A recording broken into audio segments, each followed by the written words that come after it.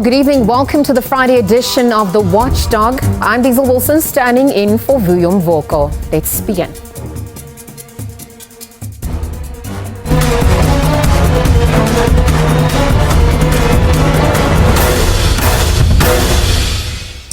Well, the 12th annual Thabo Mbeki Africa Day lecture continues. As soon as the Q&A wraps up, we're going to be speaking to our international editor, Sophie Mokoena, to bring us more from the lecture that happened earlier on this evening. For now, though, let's take a look at some of the other stories making headlines. The ANC Ekurhuleni region holds its conference this weekend. The role of the Youth League has been thrust into the spotlight. Political analysts believe that history could be in the newly elected ANC Regional Youth League's favour, possibly playing the role of kingmaker. It's crunch time for the ANC in Ekurhuleni this weekend. Following a recent postponement, the party is set to elect its new leadership. The current chairperson, Zwandile Masina, will face off with former treasurer, Dr. Xhakaza, for the top position. Ekurhuleni is one of the three metros in Gauteng and hosts the world-acclaimed O.R. Tambo International Airport. The Youth League in the region is already throwing weight behind Xhakaza. But how significant is their support? If this conference is endorsed as being an accredited conference that's got the mandate, I think it will be a very critical the outcome of it. The outcome of it will be very critical for whichever slate, for one of the two slates. Let me put it like that, for one of the two slates. The regional secretary says it's all systems go. This follows disputes which had led to the postponement. To start on Friday, we wanted to make sure that it has integrity, and we make sure that as comrades go to the conference, they're not only focusing on voting, but they also focus on discussions and make sure that when we come out of that conference, delegates are clear on the way forward, and resolutions that must take out of that conference is to make sure that we build the African National Congress. The Youth League conference successfully concluded last week with the election of Lorraine Matlosane as the chairperson. The Youth League insists that the processes that led to the election of the new structure were legitimate. And as the battle heats up, it's endorsed the former region's treasurer. The conference has declared to support its own products, who are products of the ANC Youth League, the likes of the former regional chairperson of the ANC Youth League, which is a comrade Dr. Xhakaza, to stand as a chairperson of the ANC. Despite outstanding disputes in the region, the conference appears to be going ahead. It, however, remains to be seen whether these outcomes will face court challenges. Kani Mapanga, SABC News, Ekurhuleni. All right, let's return to our earlier story. Obviously, the 12th annual Thabo Mbeki Africa Day lecture delivered under the theme Africa Union at 20. This was by Professor Toyin Falola, renowned scholar of African history and African studies.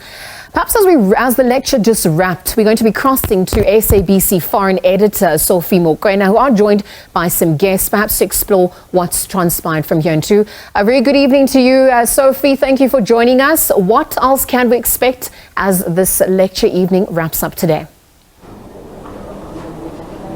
Well, clearly it was a thought-provoking lecture.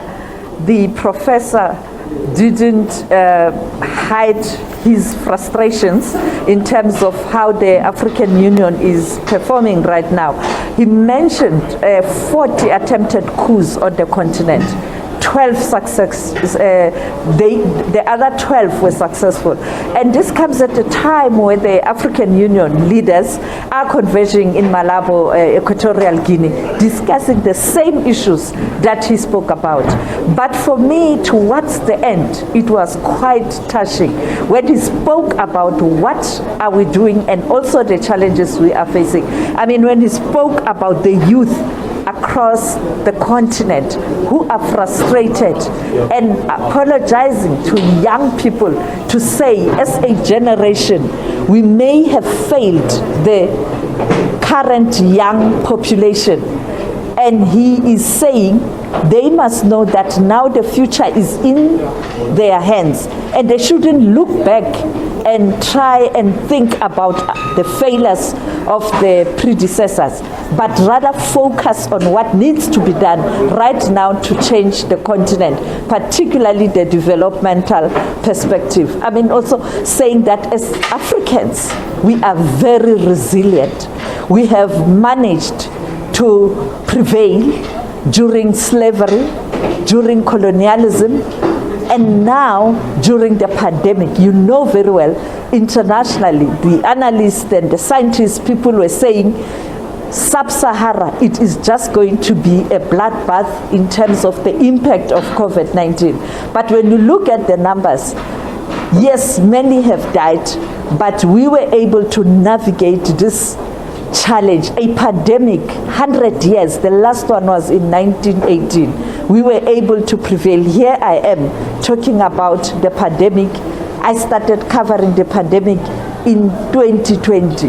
And therefore him saying we will prevail as Africans, both on the continent and in the diaspora, and making an appeal to Africans that we may have differences and frustrations, particularly on issues that are related to governance, but it is up to us, ordinary citizens of this continent, to make Africa a better continent. Sophie, as we look at the narratives and the perceptions about the continent as well, I mean, the stories we tell obviously also paint a picture to the outside world. Perhaps as, you know, in the past we've relied on the outside to dictate the narratives and the stories that get told about Africa. How do we begin to shift that to restore agency and perhaps also take our rightful place in this geopolitical landscape? It is the responsibility of us, journalists on the continent, Africans, to tell our own story from the African perspective. Because indeed it is true, at times the history of the continent is distorted, and the narrative out there is still a continent of diseases, a dark continent where there's no development. But when you look at the scramble for Africa right now, this is not true. We have what we call Asia-Africa Summit, Russia-Africa Summit, France-Africa Summit. You know, so many countries are doing business and are trying to do more business on the continent. That speaks to Africa has got a potential. I mean, a population of more than 2 billion.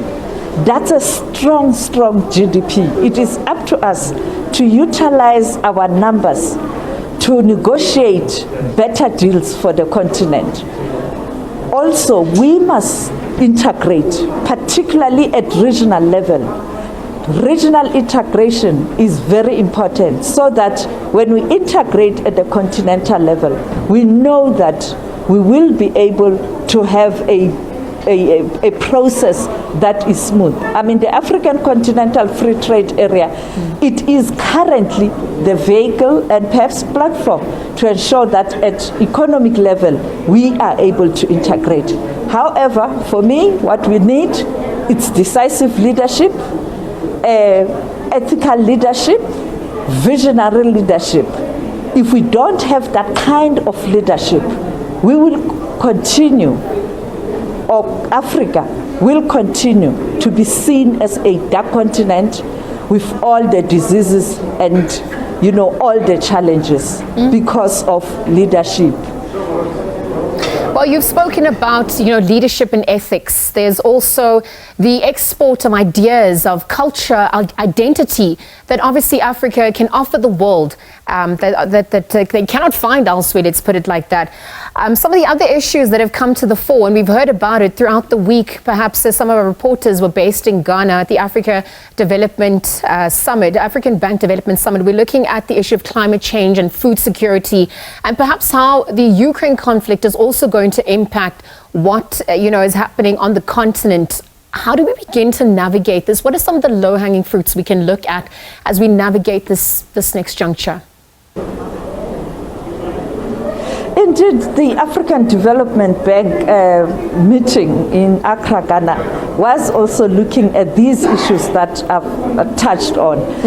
The African Development Bank comes handy in a sense that you're talking about resources. They are able to support programs that are aimed aimed at developing the continent. The issue of climate change, we did hear the chairman of the African Development Bank talking about money that they've put aside to ensure that this so-called just transition is implemented, and it is implemented in such a way that it doesn't affect the livelihoods on the continent.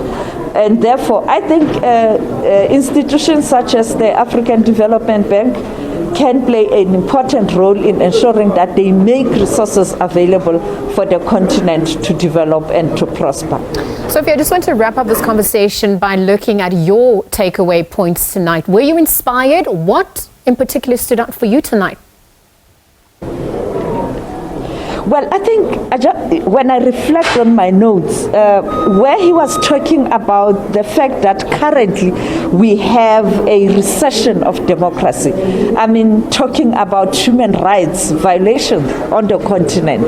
The other issue, when he was talking about the challenges such as the coups, state capture, the instability in the Sahel region, the migration on the continent, which leads to confrontation, and then also a high rate of unemployment. We know South Africa right now, that is a serious problem, particularly for young people.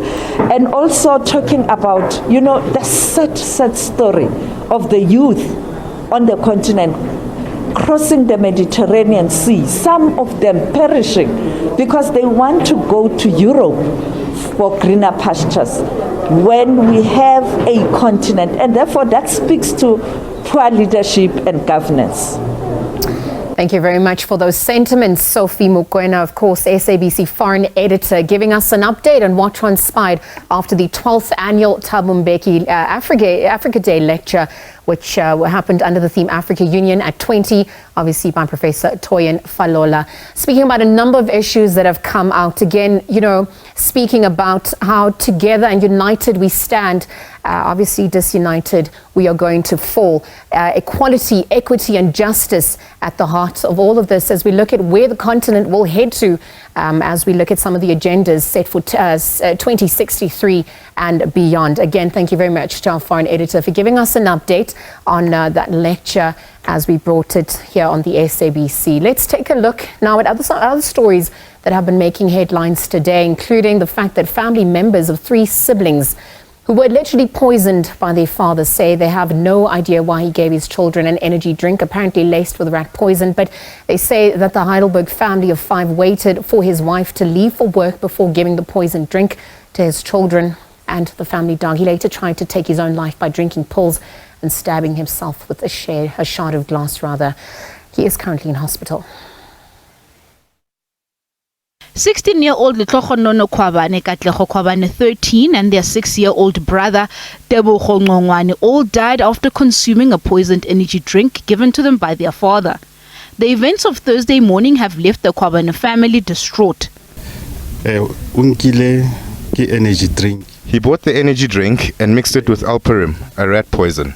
He waited on the mother to leave the house. After she left the house, he mixed an energy drink and fed it to 4 of the children because the youngest child refused to drink it. It seems that this is something he planned because he also mixed the poison and fed it to the family dog. 2 of the brothers died here at Kganyalisedi Secondary, leaving educators and learners in shock.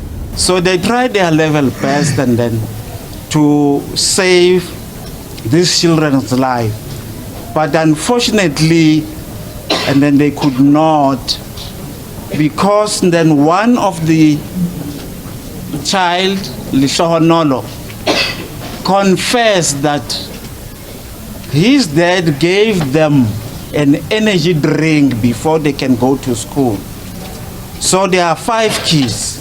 So out of 5 kids, 4 drank the energy drink, but the last born one, the young one, refused to take such drink. So it happened that after he has confessed that, and then he closes his eyes, and then it was over with him, and the other one also followed, and then the same way, and then they both lose their life and then in the school premises in the admin block. Psychosocial support has been provided to learners. They're being encouraged to speak out if they experience problems. It was more painful and difficult to enter this family, to listen to the family representative narrating the last moment of what happened in the house until our beloved children left this family. To also pick it up that this was indeed an intention, the way it happened, that even a family pet could not escape. The fourth child is still recovering in a local hospital. The father is also in hospital under police guard. Mahlako Koman, SABC News, Ratanda in Heidelberg. Meanwhile, in other news, the ongoing debate about the exploration of gas deposits and ocean floors is heating up. Environmental activists in the Eastern Cape are preparing to go to court next week to tackle petroleum giant Shell over its controversial seismic blasting project off the Wild Coast. Big business says the goals of a just transition have to be balanced with the urgent need for energy stability. And if done correctly, the gas could be a viable alternative to coal in providing energy. It's a race that's slowly gaining momentum and making inroads in the country's growing gas economy, with an urgent need for alternative energy sources and the just transition from coal.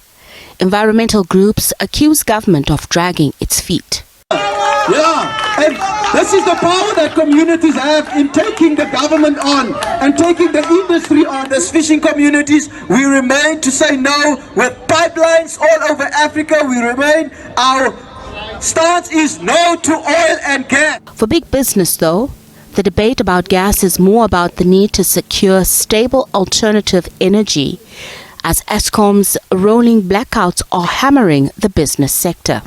Choices and decisions that we have to make going forward to secure our energy future, number one, and to decarbonize, number two, our heavily carbon intensive power generation sector, and in fact the whole countries. There is disagreement between expert sources on the role of gas in balancing renewables.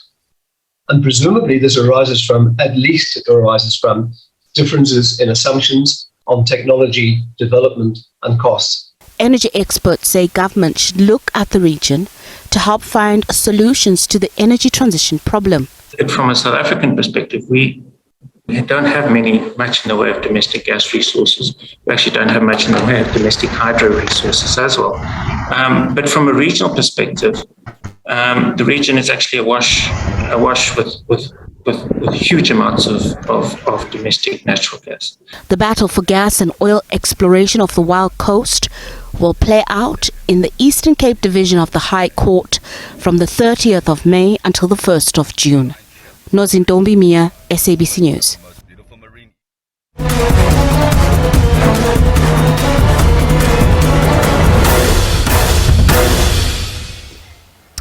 Right, welcome back. You're watching The Watchdog with myself, Liesl Wilson, of course, standing in for my colleague, Vuyo Mvoko.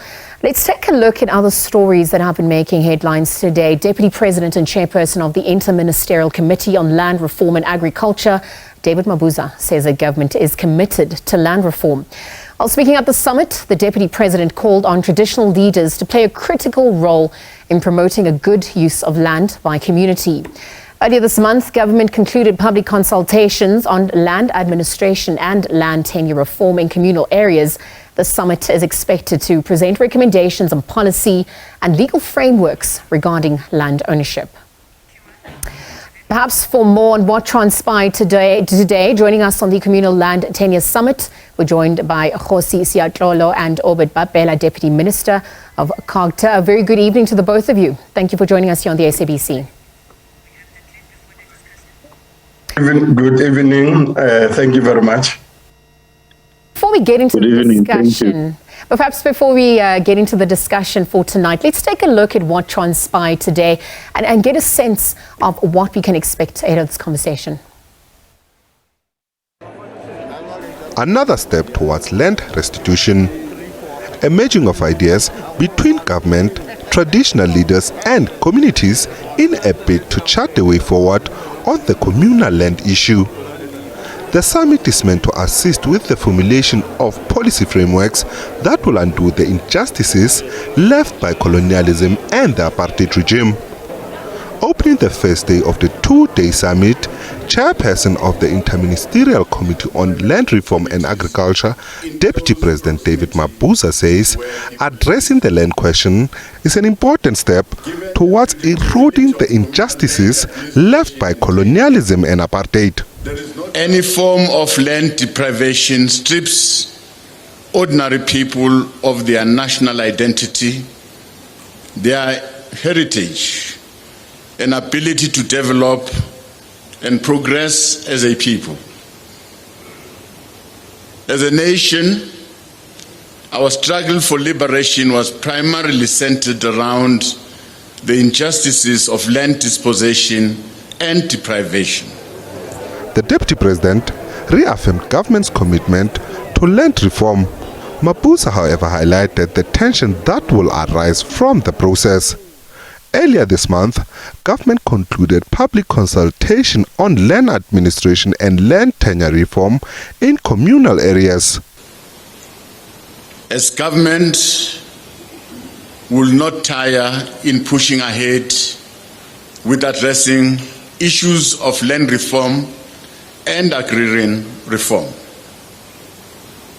We are committed to ensuring that the outcomes of this summit assist us in addressing the issues of communal land administration and land tenure in our rural communities. And a call for traditional leaders to play an active and critical role in ensuring that land goes to good use by the community. We affirm our determination to choose the path of land reform rooted within the provisions of our Constitution. More importantly, land tenure reform remains a critical component of our land reform. Last year, the Ad Hoc Committee on Section 25 adopted a bill to amend the Constitution to allow expropriation of land without compensation. The bill would allow nil compensation to be paid and for some land to be placed under the custodianship of the state. ANC MPs supported the clause of the bill. The DA and Freedom Front Plus opposed each other while the EFF abstained. Given the predictability of communal land administration and tenure, there is no doubt that traditional communities could develop into thriving sites of targeted industrial development and beneficiations of available natural endowments. Members are expected to produce recommendations at the end of the summit. Ntlantla Khatlani, SABC News, Johannesburg. Right, that obviously gave us some context about what transpired today. Let me bring in our guests for tonight, Khosi Siatlolo and Obed Bapela, Deputy Minister of COGTA. Good evening again to the both of you. Deputy Minister, let me start off with you. I mean, we're looking at what was discussed today at some of the breakaway sessions, the address by Deputy President David Mabuza, and I wonder, perhaps for context's sake, you know, there's an interministerial committee that we know is chaired by the Deputy President. Within this committee, there's also a presidential panel on land and agriculture. And I wonder if you could explain what are the roles and how do they differ somewhat from each other? Thank you very much, and to the viewers at home. Definitely the processes are not the same because the panel of experts which was appointed by the president did do a lot of engagement, discussion, research, ending up with a report that went to the president. However, when they were supposed to have included in the report after consulting the traditional leaders and the traditional communities, they could not conclude on that particular chapter. And they then admitted that the time was too little for them and they could not therefore conclude on anything. So therefore, this the IMC which the deputy president is the chair, was then assigned then to specifically look at this, and work started 3 years ago with research that had taken us to various parts of the continent, and then also went to Latin America because they also were colonized. And then therefore a report had then to be developed. COVID happened in between, but then finally we've got proposals as government now to say, in response to the issues raised by the traditional leaders in 2017 at the indigenous Indaba, and amongst them, 13% of the land must be given back to the original owners, which is the people or under a traditional leader in those particular communities, who we then are agreeing as government that that has to happen. And therefore the consultation is about the mode of engagement around the policy matters, the legislation issues that needs to accompany it, but also the security of tenure in terms of those who are living in those lands, so that their rights on security of tenure are the same. I know that title deeds will not work in that particular environment because this land is the only land that is in the hands of Africans.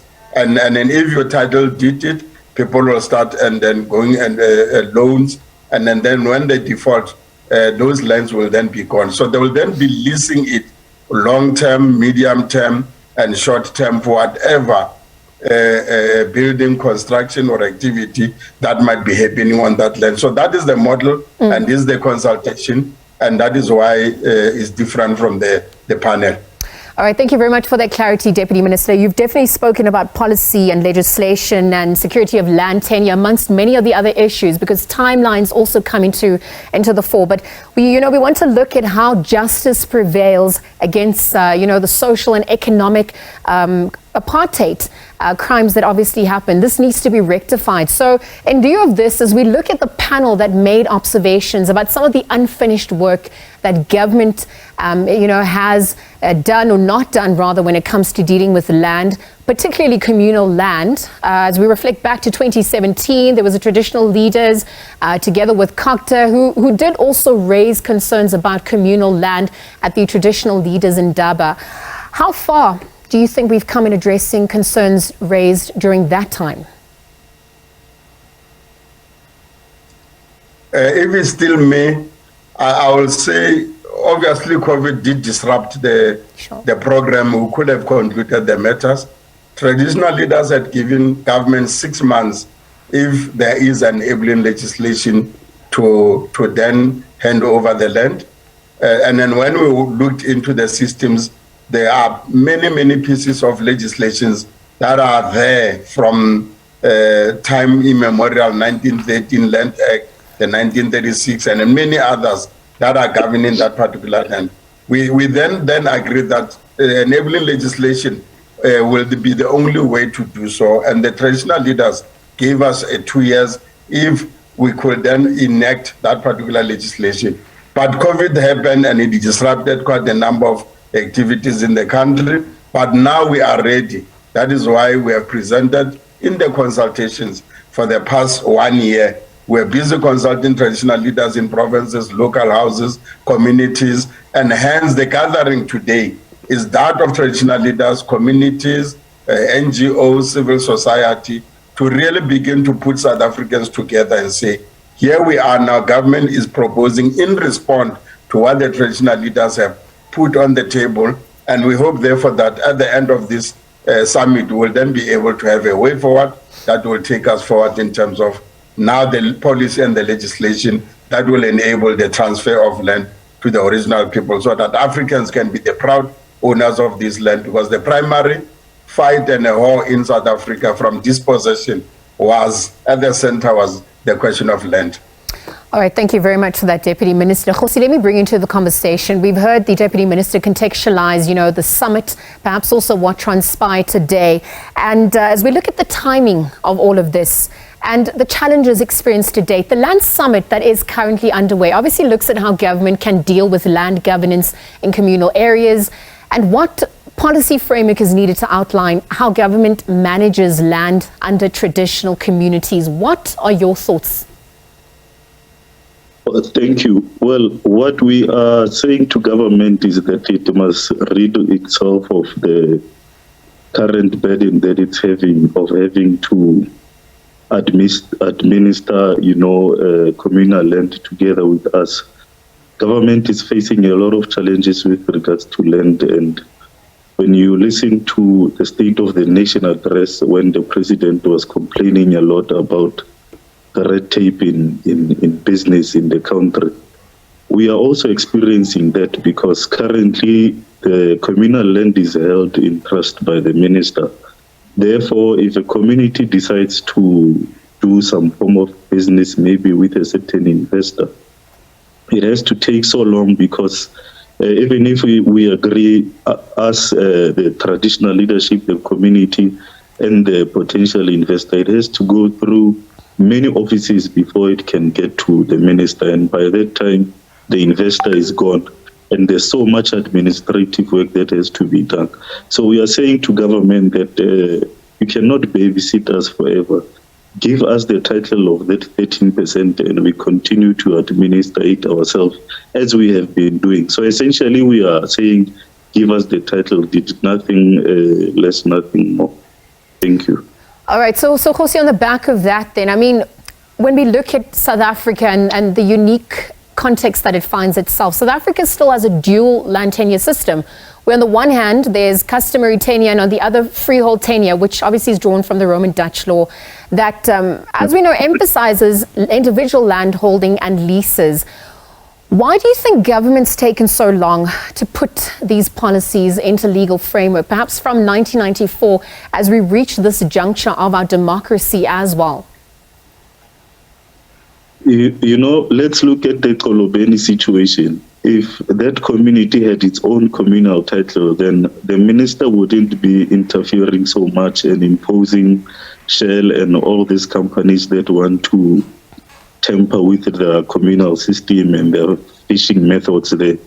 So that's the problem that, as communities we are encountering. We need to have those titles, but you see, the problem is when government is trying to interfere. So they're taking so long because they're interfering so much with what is there in our communal areas because there are minerals and agricultural products.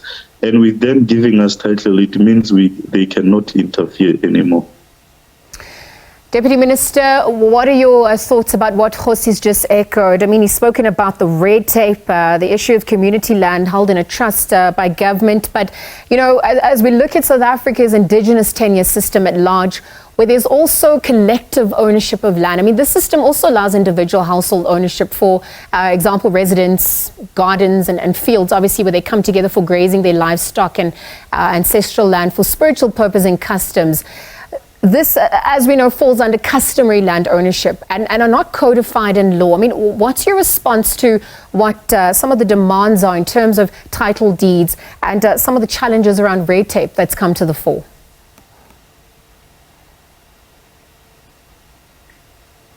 Deputy Minister, if you can hear me, I think you're on mute, but if you're not, please respond to the question.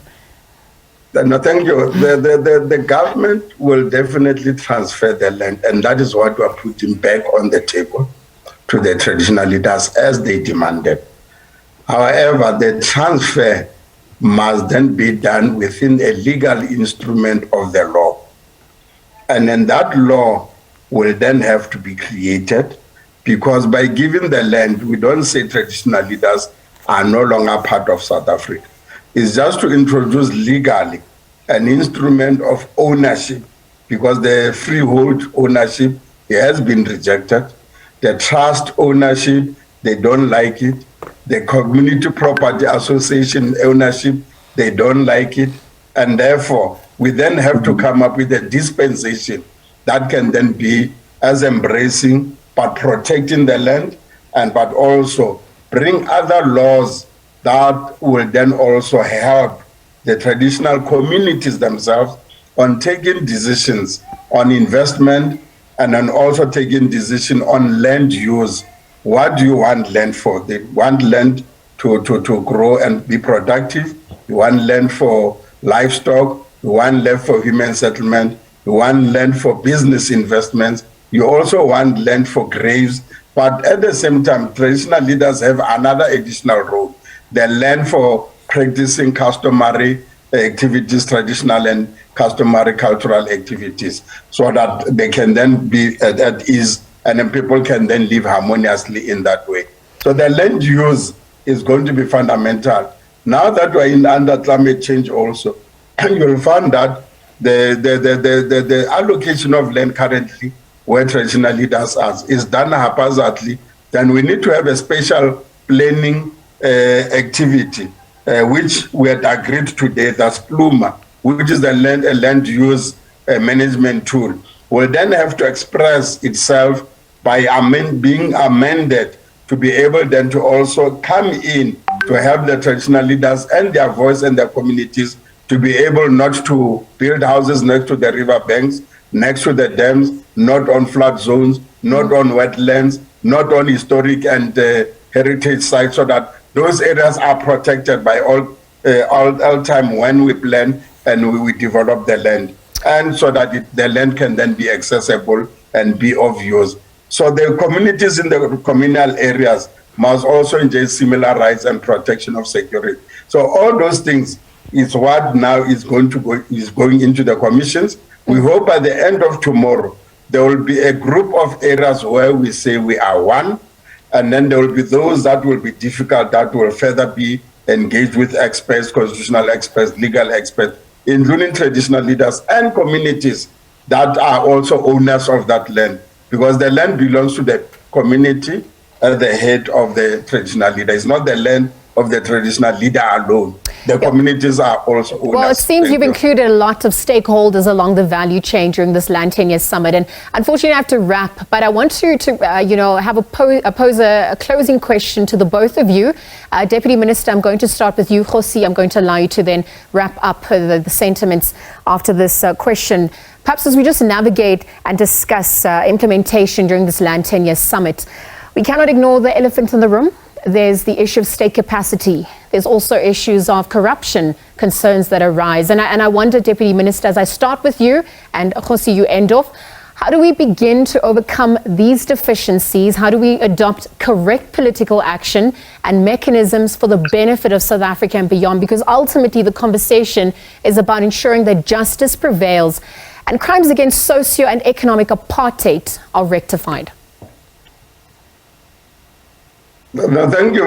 I think the issue of corruption will be sorted out because no one is going to own the land. Even if you get a piece of land in that area, the land belongs to the people. What you build is what belongs to you. And at the point when you want to move away, the property can be sold, but the land will be remaining in the register of the community itself. And then therefore the speculation on land also will then be dealt with. And then the state capture and whoever other captures that happens will no longer happen, because this will be another model of ownership that is collective by all who then owns and all having a say on that particular land. Therefore, we hope therefore that the elements of corruption that are already encroaching in some areas, because there's no control, the land is not registered, is not codified. So the laws that we want to bring is to codify, register land, so that everybody knows that I've leased 35 years or leased 65 years or leased 99 years, but is renewable per resolutions of the traditional community and the traditional leader. Khosi Siyatlolo, we've heard from the Deputy Minister. We are 28 years into democracy. The Land Act came into effect 1913 in June. Are you convinced? What are your closing thoughts based on the question I just asked about ensuring justice prevails? No, the economic potential of rural communities is stifled because they do not have legal ownership of their land. So we request the government to release that. Post-COVID, we see that there's a lot of unemployment. A lot of our people are back in our villages. So we need them to release that land so that we can also start looking at all the economic opportunities that are there and exploit them. But I mean, I'm not convinced because it's been 28 years. We are stuck with an apartheid legislation that Parliament should have long done away with and put in a proper mechanism. As we had said in 2017, it's now 2022. We are still talking about starting a legislation that will be applicable. So, of course, as the institution, we are not convinced. We will be convinced by actual action to say, here is a policy proposal, let's take it to Parliament, let's look at the constitutionality part of it. If it passes that, then it becomes law and rural people can officially own the land as it should be, rightly so. Thank you. Thank you very much, gentlemen, to the both of you. Khosisi Atlolo and Obert Babela, Deputy Minister of COGTA, just giving us some updates on what transpired as the Communal Land Tenure Summit kicked off today. It's going to be happening over the next 2 days at the Birchwood Hotel and Conference Centre. Obviously, lots of breakaway sessions looking at the legislature and policy frameworks needed for this to be implemented and navigated. At this point, more questions than answers, but we'll leave the conversation there. And want to thank them once again for their time. More news at the SAWA. Finance Minister Enoch Godongwana says this is such a critical time for South Africa to embark on just energy transition. He says that recent flooding in KwaZulu-Natal clearly indicates that the country must deal with climate change. He spoke to SABC News on the sidelines of the African Development Bank Group's annual gathering in the Ghanaian capital of Accra. Kaelihle Kumalo has more on that. Well, certainly it's been a very long haul. So it's day 5 of this particular gathering here in the Ghanaian capital. A lot of issues being explored by the delegates. You look at climate change, you look at the financing of this phenomenon. As we know that Africa has seen the devastating floods, desertification, and many other natural disasters. And of course, someone who has been really at the center of this is South Africa's Finance Minister, Enoch Godongwana, and he joins us now. So once again, Mr. Minister, thank you so much indeed for your time, sir. So it's been wrapped up. A lot of key decisions have been taken. As South Africa, for you, what are some of the main issues that you happy were being ventilated here, addressing really, of course, the priorities facing the continent? I think the main issue is just transition, which is an important factor affecting all the member states, and I think that's an important aspect. We had a meeting this morning with the president of the Development Bank at SADC, and because it's going to be important that there's a strategy which looks at the entire region. So those are some of the major issues. We have also looked into the commitments by the developed world at COP26. The bank would like to structure that if the relevant members of the partnership group would agree, and then in so multiply the effect of that money from 8.5 billion to about 27 billion. So we've had a meeting with the bank and heard their proposal, and together with the relevant parties. In addition, what we're talking about is technical support in order to be able to develop a relevant development strategy as a nation. And just once again, Minister, do you think at home now there is a clear buy-in to those who are still opposing this just energy transition? From some quarters, there was a deep antipathy and reluctance to accept this. But by and large, how is it looking like now? The KZN floods are an eye-opener. Anybody at the moment who thinks that climate change is something as an abstract concept is making a fundamental mistake. We need to think about the development strategy even for that region. What resilient strategy we need to develop. So I don't think there's any denial at the moment. And another very critical issue, Minister, we see the rising fuel prices, the rising food prices, and all these concurrent crises, and really putting the consumers in South Africa and other parts of the world, not just limited to South Africa, but your department, what are you doing to make South Africans' life slightly better under a very harrowing and a precarious environment?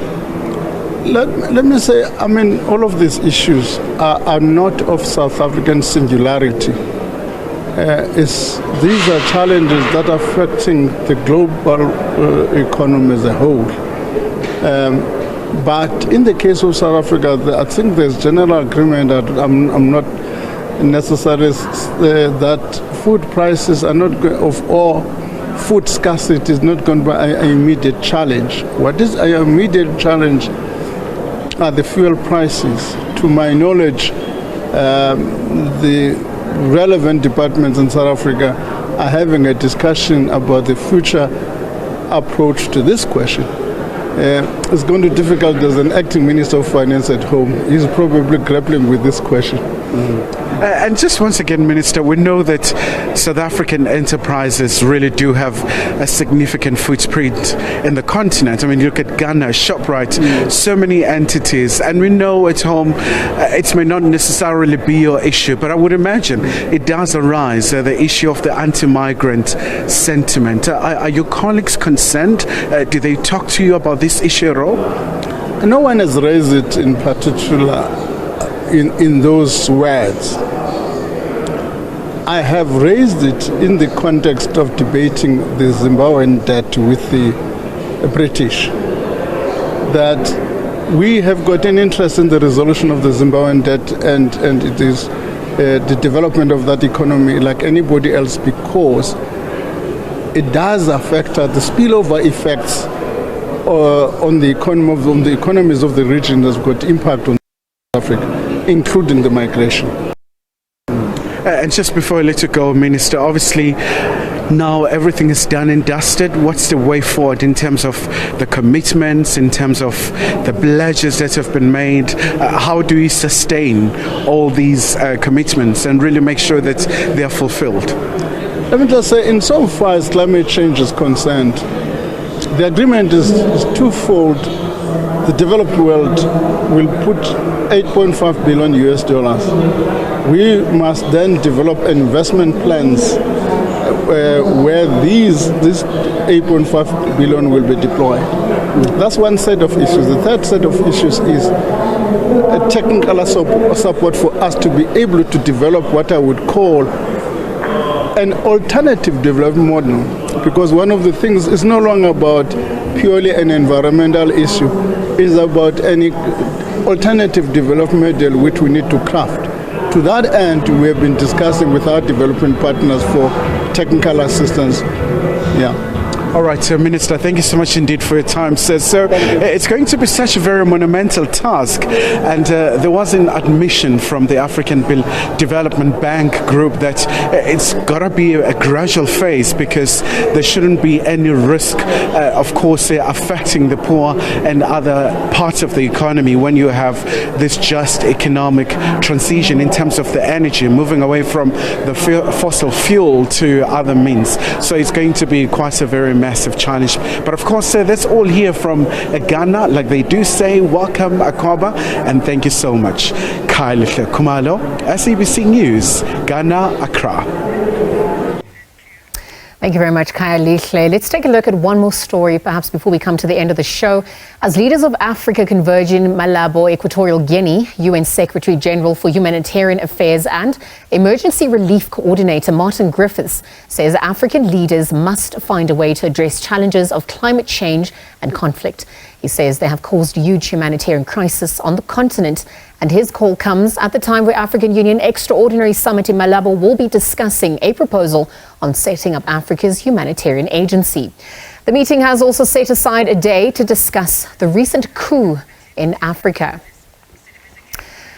Well, we're going to leave the show there tonight. Thank you very much for joining us. Of course, Vuyo is back next week. For myself, Diesel Wilson, and the team, do take care. It's goodbye for now.